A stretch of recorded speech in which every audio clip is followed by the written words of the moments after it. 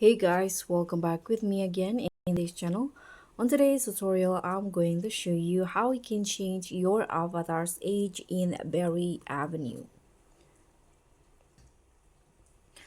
So if you want to customize your avatar age in Berry Avenue, whether you want to be a baby, teen, adult, or elder, this tutorial will show you exactly how you can change your avatar's age in just a few easy steps. So what you need to do is just go to the avatar menu here, and then you can tap on the menu again, the three lines at the top, and go to the age and info. And in here you can see there will be this change role play informations, so you can just choose. You can change age into a baby, toddler, child, teen, or adult.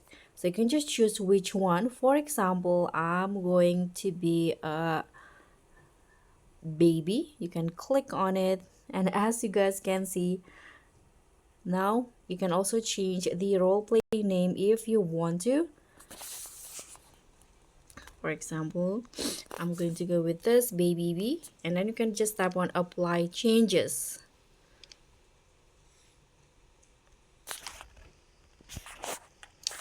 So that's pretty much all. That's how you can change your age info in Berry Avenue. Thank you so much for watching. Don't forget to like, comment, and subscribe.